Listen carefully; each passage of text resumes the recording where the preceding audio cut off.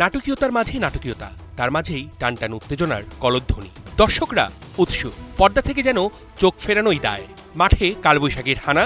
গেল সপ্তাহে ফেডারেশন কাপের ফাইনালে বসুন্ধরা কিংস আর ঢাকা আবাহনী ম্যাচে থ্রিল, সাসপেন্স, হাঙ্গামা সব নিয়েই যেন হাজির হয়েছিল কোনো এক জমজমাট মাসালা ফিল্ম, যেটা শেষ হয়েও হয়নি শেষ। ফেডারেশন কাপের ফাইনালে দুই রাইভাল, লড়াইটা 105 মিনিটের। কি ছিল না এই সময়ে? 6 মিনিটে কিংসের এগিয়ে যাওয়া, 15 মিনিটেই আবাহনীর সেই গোল শোধ দেয়া। উত্তেজনা, বিতর্ক, কখনো রেফারির দিকে তেড়ে যাওয়া। কিছু সময় খেলা বন্ধ। দুই দলের ফুটবলারদের সতর্ক করে রেফারি দেখিয়েছেন একের পর এক ইয়েলো কার্ড।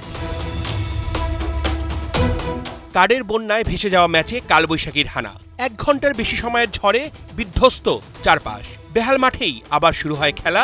এক গোলে সমতায় থাকা ম্যাচ গড়ায় অতিরিক্ত সময়ে।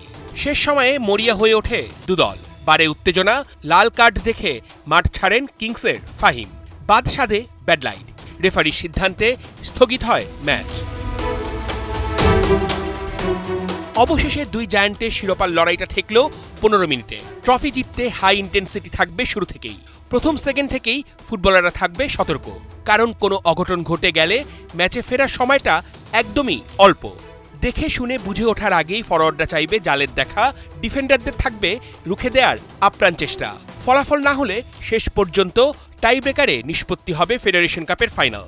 আবাহনী জিতলে ফিরে পাবে শিরোপার স্বাদ, আর কিংস জিতলে ট্রফি থাকবে তাদের ঘরেই।